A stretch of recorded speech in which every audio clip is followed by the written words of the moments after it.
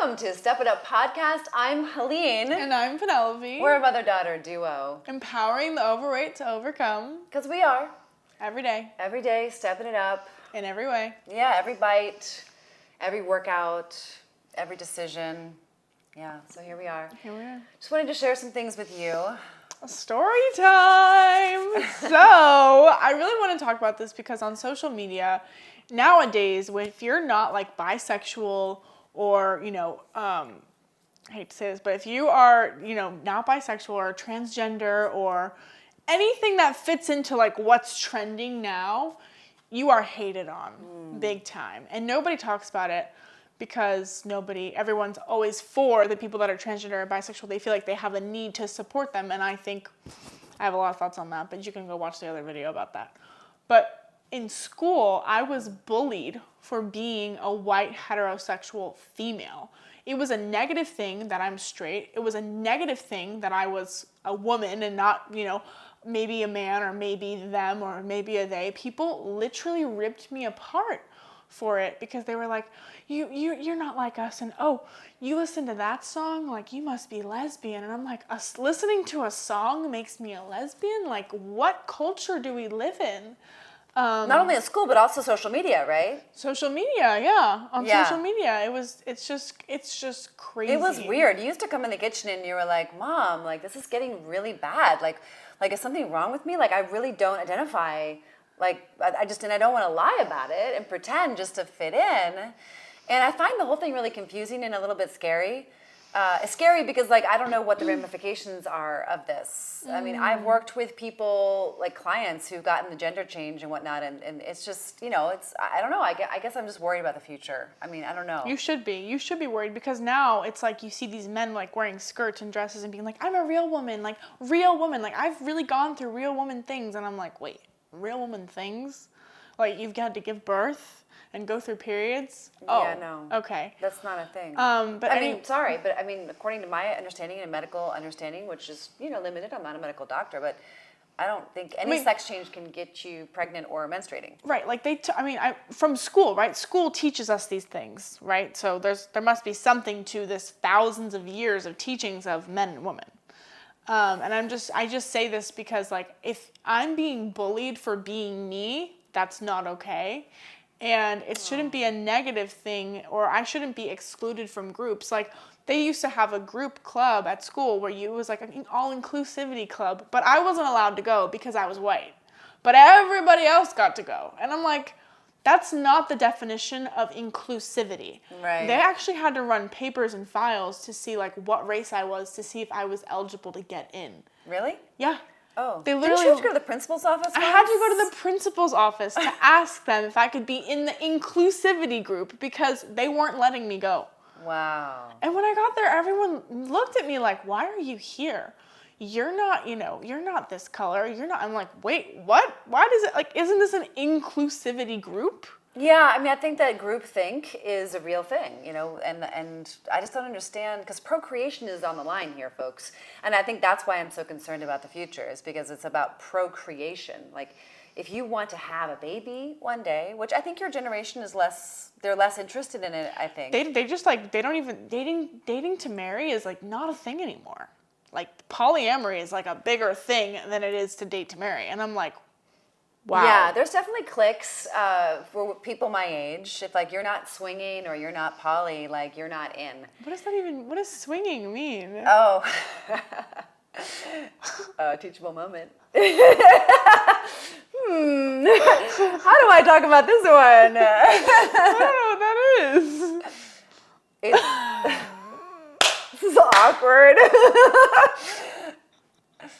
It's where a husband and a wife will get together with another husband and wife, and then they sleep with each other's husbands and wives. In front of each other? Yeah. Oh my. Yeah, it's pretty intense.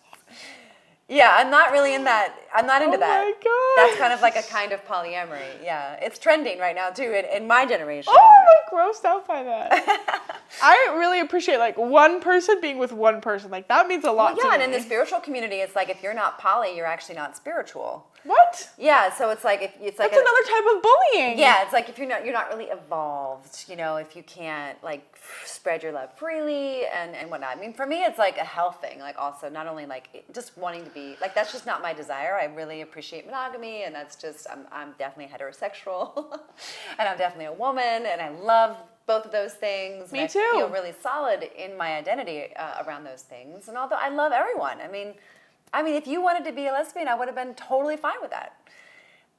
I would have loved you exactly the same. It's just, but I would have, like I really don't have an opinion about other people and what their choices are. But I am concerned about groupthink, and I am concerned about trending, and I am concerned about the nature of nature, which is the, human race and procreation. Like those things are on my mind for sure, because I get that there's this whole yin-yang thing and that people don't want to be confined by anything these days. And I think it's part of the deconstruction of the family unit and the confusion around, who's my daddy?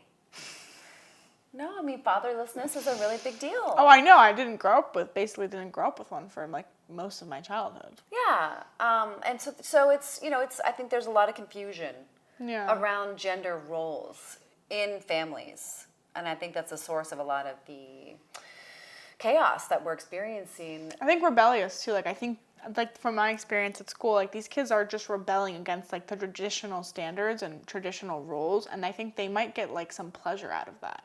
Like, oh, I'm like going against what like is traditional and good and like right, and so like I feel better about myself because I'm doing that. Yeah, and I think it's attention getting. Like I feel like much attention getting. The social media thing is all about look at me, and literally. Yeah, and so it's like, well, how can I go over the top now? And I think drag queens have always attracted people's attention and things like that. That's a good point. Yeah, I think it's about it, like how much attention can I actually get?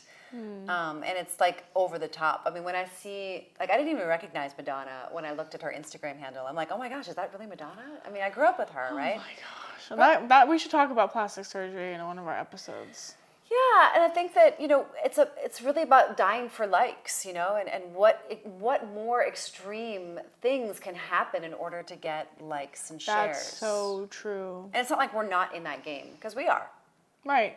But we really want to change the world with a healthy mindset and happy, loving, grateful ways of being.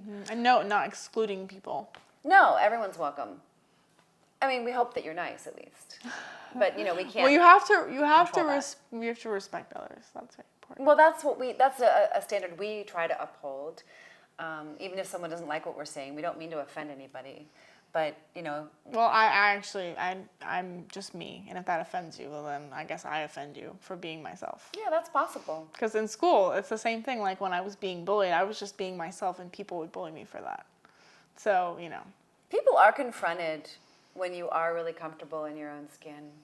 And just be yourself. Like if you are being you 100%, nobody can question that because you're truly being yourself. It's really valuable, and I think the whole attachment to rejection is real for everybody. And fear. The fear of being rejected, the fear of not belonging is big.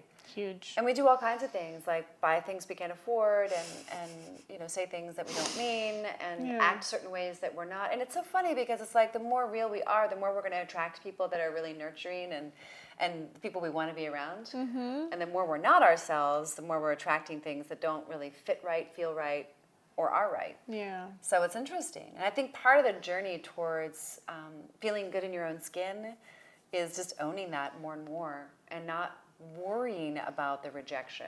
But it's a journey. I mean, I can't say I'm 100% there. I definitely still don't want to be rejected and try to say and do things that are pleasing to others. No, I retired from that a long time ago. I know, you're like my teacher in that. I love it. And it's not easy. There are days where I'm like, oh, I have little things where I'm like, oh, I should do this. Nope, Penelope. We are leaving this conversation now. We got things to do, places to be. You said that the other day. You came in, you're like, I'm officially retired from people pleasing. And I was like, I love that. That's I said it right when I walked out. I remember saying that. Yeah, you heard me. That's a Penelope wisdom moment. I love that. And I am. And I preach that to people and they're like, wow, that's awesome. And I'm like, you can try it too. It's great to have. Yeah, and you really don't care. I mean, it's interesting. Like, you're just like, I am who I am. And we moved to an area. I don't really want to say the name of the area, but we moved to an area. Yeah, let's not say it. And you were like upset. And you were like, this is not, why did we move here?